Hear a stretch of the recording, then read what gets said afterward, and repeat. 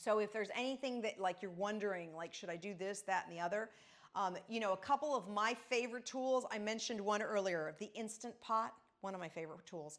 And you could just make things so quick. It's basically the combination of a crock pot and a pressure cooker. So you can make things quick. So I tend to do what's called batch cooking, which means that I make extra food, and then those glass containers that I showed you guys, I will then freeze a lot of the food so that in my freezer, I always have backup meals. Because ideally in your kitchen, your refrigerator is the immediate. That is what we're gonna do. And so in theory, if you bought groceries on a Sunday night, then by Friday, the refrigerator should be almost empty. Right? Almost empty.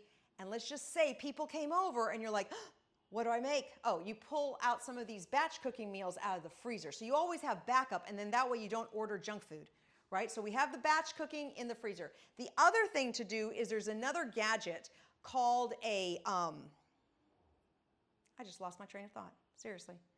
It's that thing that it has a little plastic bags in it. So you put these little bags in there, you can put chicken in it, it sucks the air out and it seals it. It's a food saver, that's what it is. It's a food saver, love that thing. The plastic is BPA-free plastic, and so you can actually marinate chicken or meat or fish and then stick them in little single serving packages and they freeze. And then what you do, I gotta make a meal very quickly. You take one of those packages or 12 of the packages out and you basically put it in the sink with water. You don't take it out of the plastic, leave it just the way it is. But you stick it in the sink with water and it'll thaw out in like 10 or 15 minutes. And then you cook and bang, make life easy, right? So that is another one of my favorite tools. And then of course my food processor is my baby. This one is my baby. I love my food processor. So there's so much that you can do with these tools. And here's the idea is, I'm sure some of you guys cook, some of you guys maybe attempt to cook, and then others are like, well, I'm not really too much into the kitchen. The thing with a kitchen, I want you to think of it this way. It's just like your office, right? If you had things scattered in your office, it would make life difficult. And you really wouldn't know where to go. And then what'll happen is it takes you longer to get things done. I want you to think of your kitchen the same way. So here's a prime example. I have a drawer underneath my stovetop. My stovetop is actually right here where I put the wood thing in. It's right here. Okay, so I have this drawer here. It's a big giant drawer. So what did I do?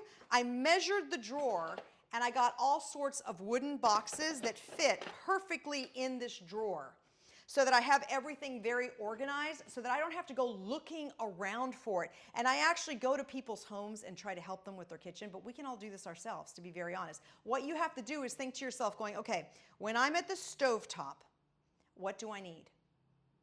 And then once you figure out what you need, then your goal is you want it close by. You don't want to have to travel to the ends of the earth to get something. So just kind of think, okay, I need it here.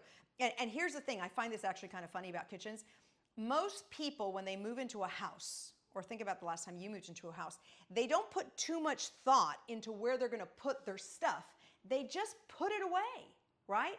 And then it comes that one thing is here and you got to go over there and you got to go over here. So I want you to just take a moment and just think going, okay, is this efficient for me? How many steps do I have to take to make a cup of coffee or a cup of tea or to cook a meal? And then try to kind of organize yourself so it's easy. I have the pantry over there and I took all of the spices, those little tiny oranges that they sell in the grocery store and they put them in those boxes. I love those boxes. So I use those boxes quite a lot and I use them for my spices. But I noticed that my spices are in there, but I don't know what they are because some of them have the name on it. Like this says parsley, right? And actually I was going to put parsley on this too. I forgot to do that.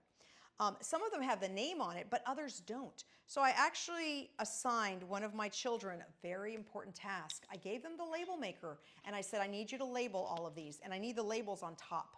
And so now I can go to my pantry and I can just look down and I know what spices to grab and it's taking me less time.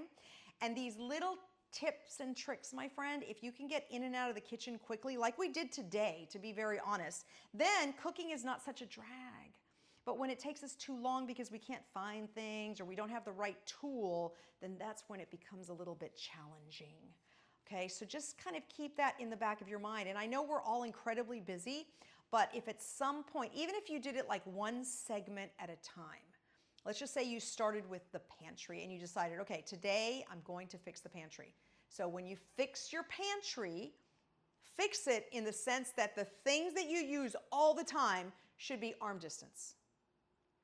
The junk food that you buy for the occasional party or, uninvited guests should be up somewhere. Like, it really shouldn't be in your face that you can see it. It should be up somewhere else. The things that are for your kids should be at their arm distance.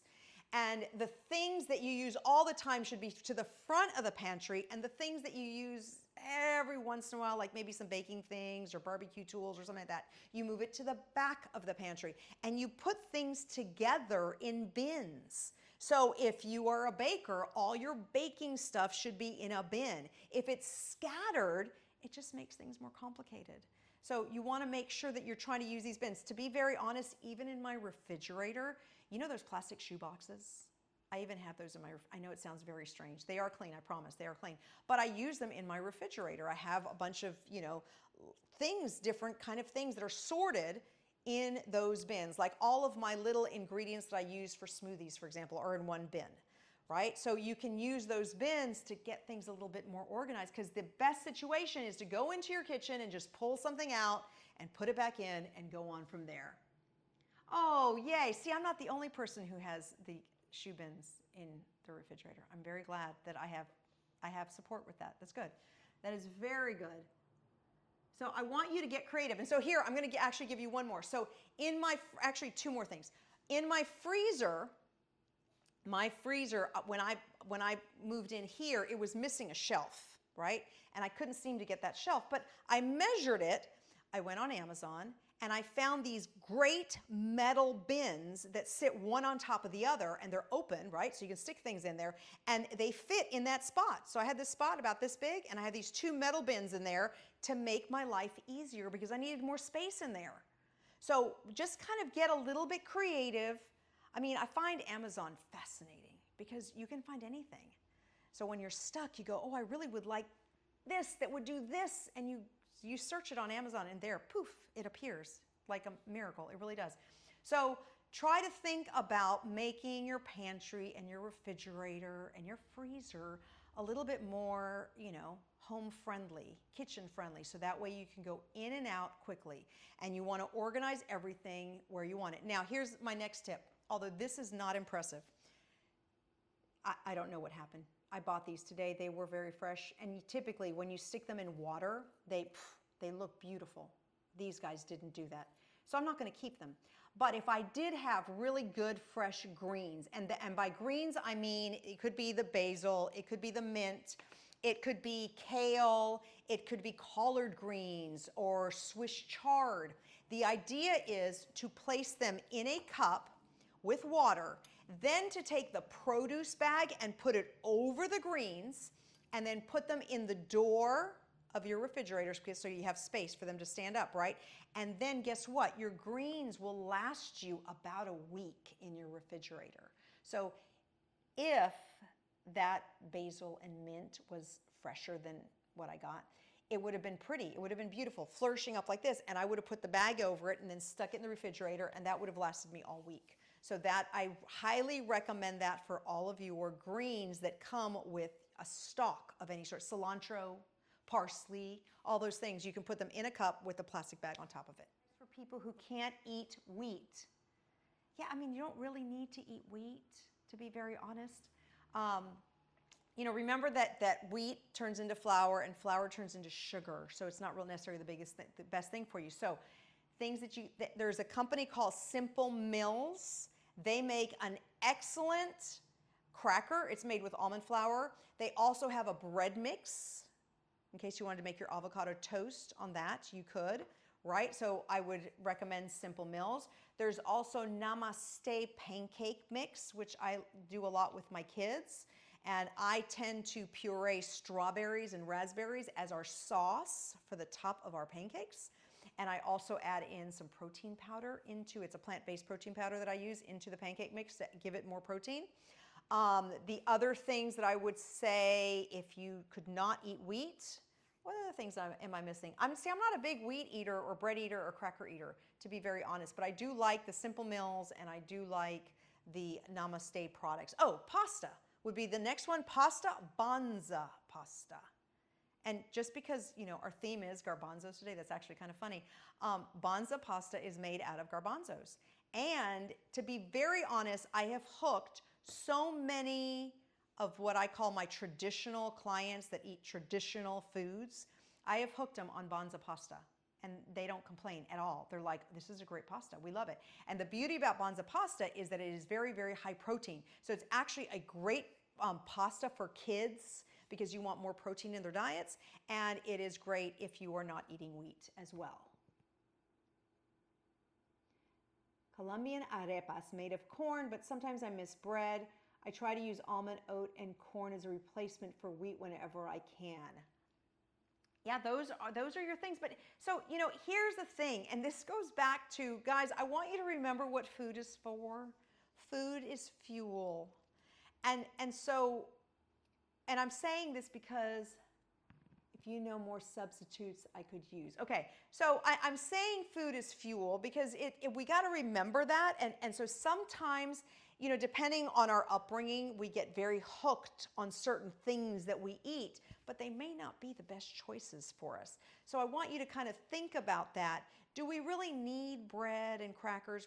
No, we don't. But here's the thing about it. There is and this is a true story, there's a chemical reaction in the back of our brain when we eat anything made with flour that goes like this. Watch. You eat you're stressed out. You eat a cookie. And what happens? You go, you get warm bread. You get warm bread from the baker and you dip it in olive oil. And what do? You go, and it is because there is a chemical reaction in the back of our brain that makes us feel comforted. And unfortunately, that same comforting is addictive because then we go, ooh, I want that feeling again. It's like a drug addict. I want that feeling again. I want to go, so I need another piece of bread or I need another cookie. And so I'm telling you this because I want you to kind of become aware of it because that's typically what happens. It's a really hard habit to break. I have to deal with it with clients all the time. So don't remember that it's just not that important to include wheat and all that into your day-to-day. Now, when you mentioned, I'm just trying to see what you mentioned. You mentioned you use almond, oat, and corn. There's also coconut flour is actually very good. And a lot of times I will do muffins and I have a recipe at aditalang.com. Remember that. That's where all my recipes are there.